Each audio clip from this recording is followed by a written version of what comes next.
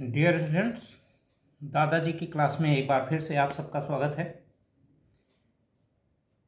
पिछले 2 एपिसोड में एंगल्स के बारे में आपको बेसिक जानकारी दी गई है। आज एंगल टॉपिक का तीसरा एपिसोड है। इससे पहले कि हम आगे बढ़ें, आप लोगों से आग्रह है कि चैनल को सब्सक्राइब कर लीजिए और वीडियो को पूरा देखिएगा। तो आइए स्टार्ट करते हैं।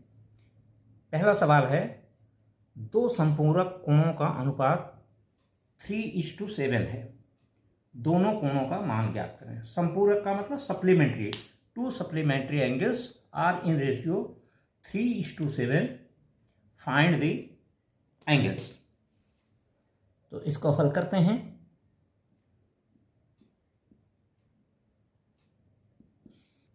माना कोण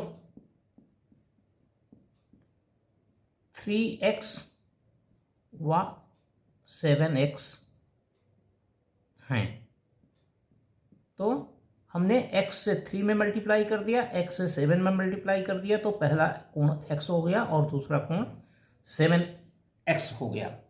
क्योंकि ये संपूरक कोण है इसलिए इनका योग 180 डिग्री होगा।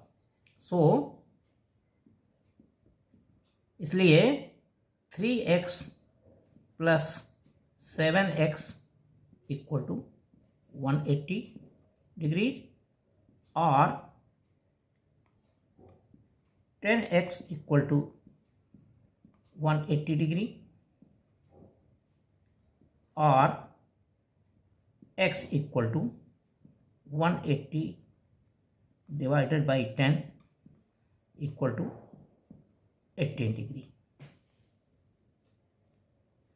x का मान निकल आया, तो पहला कोण 3x है और दूसरा कोण 7x है। तो पहला कोण का मतलब पहला angle equal to 3 into 18 equal to 54 degree. दूसरा कोण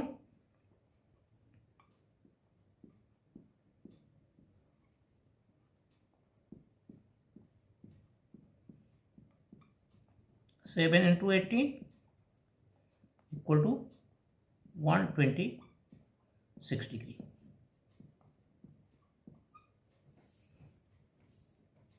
एक और सवाल देखें। 37 डिग्री, बी है 71 डिग्री, सी है 59 डिग्री और डी है 81 डिग्री।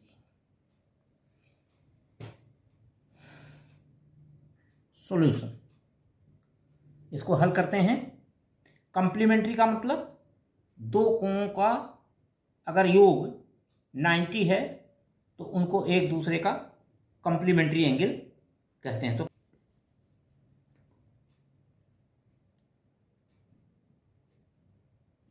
Complementary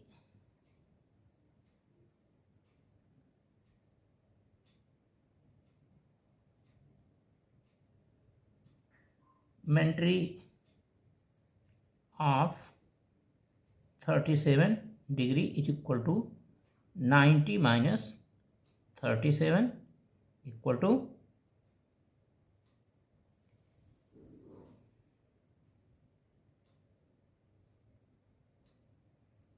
53 degree. बी देखें, 71 डिग्री का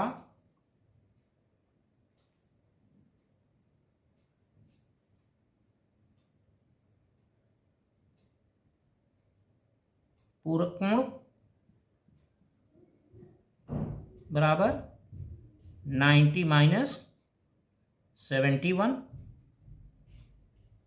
इक्वल टू 19 डिग्री। सी देखते हैं,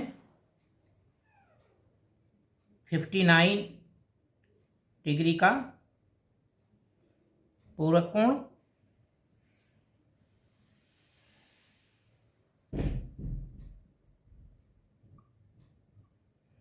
बराबर 90 minus 59 equal to 31।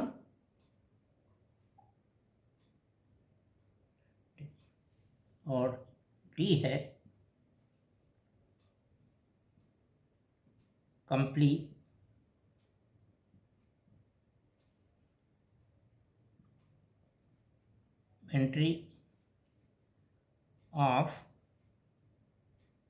Complement of या complementary angle, complement of 37 degree is equal to 81 degree equal to 90 minus 81 degree equal to 9 degree. ये सब हो गए आंसर।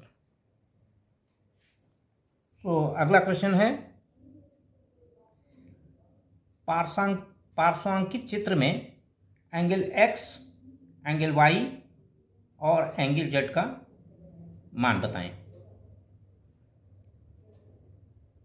दिए गए चित्र में दो लाइनें हैं जो एक दूसरे को इंटरसेक्ट कर रही हैं, और एक लाइन, मान लिया इन लाइनों का नाम एल, एम और एन है। तो लाइन एल और एम एक दूसरे को इंटरसेक्ट कर रही हैं, और इंटरसेक्शन पॉइंट पर एक लाइन और खींची गई एन जो एम वाली लाइन पर परपेंडिकुलर है, यानी ये एंगल 90 डिग्री का बन रहा है। हमको एंगल एक्स निकालना है, एंगल वाई निकालना है और एंगल जेड निकालना है। अगर हम ध्यान से देखें तो लाइन एम और लाइन एल एक दूसरे को इंटरसेक्ट कर रही हैं और एक एंगल 30 डिग्री का बन रहा है। 30 डिग्री के अपोजिट में जो एंगल है वो एक्स है, तो एक्स और 30 इक्वल होंगे। तो पहली चीज हुई angle x equal to 30 degree. क्यों? क्योंकि अपोजिट एंगल्स इक्वल होते हैं, अपोजिट एंगल्स। ये अपोजिट एंगल या शीर्षाभिमुख कोण है या सम्मुख कोण है, ये इक्वल होंगे। ये एंगल एन एम, एन और एम के बीच में जो एंगल बना है, जिसको ये स्क्वायर से दिखाया गया है, ये 90 डिग्री का होगा, क्योंकि ये सिंबल 90 डिग्री का है। ये सिंबल 90 डिग्री का है। अब अगर ध्यान से देखें हम लाइन एल, तो लाइन एल के एक साइड में 3 एंगल बने हुए हैं।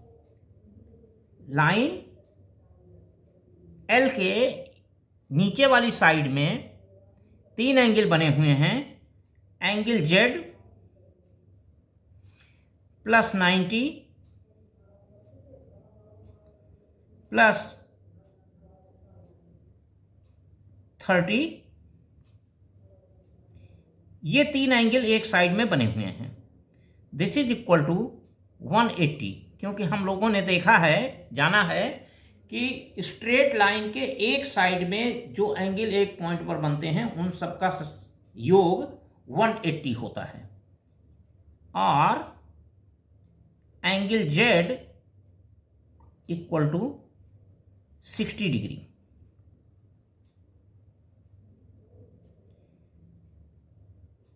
तीस और 90 120, 120 80 में घट जाएगा, तो ये जेड की वैल्यू आई 60 डिग्री। तीसरी चीज, एंगल वाई के अगेंस्ट में, वाई के बराबर जेड और 90 है।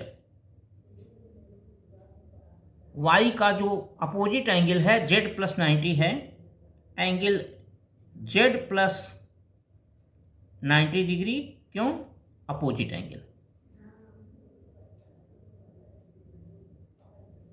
Opposite angles. तो ये बराबर हो जाएगा, z की वैल्यू 60 है, 60 प्लस 90 इक्वल टू 150 डिग्री। तो y की वैल्यू आ गई 150 डिग्री, z की वैल्यू आ गई 60 डिग्री और x की वैल्यू आ गई 30 डिग्री। तो x की वैल्यू आई, angle x equal to 30 degree, angle y is equal to 150 degree, angle z equal to 60 degree. और ये हो गया आंसर। आज इतना ही। कृपया वीडियो को लाइक कीजिए, अपने मित्रों के साथ साझा कीजिए ताकि उनको भी इसका लाभ मिले। Thank you.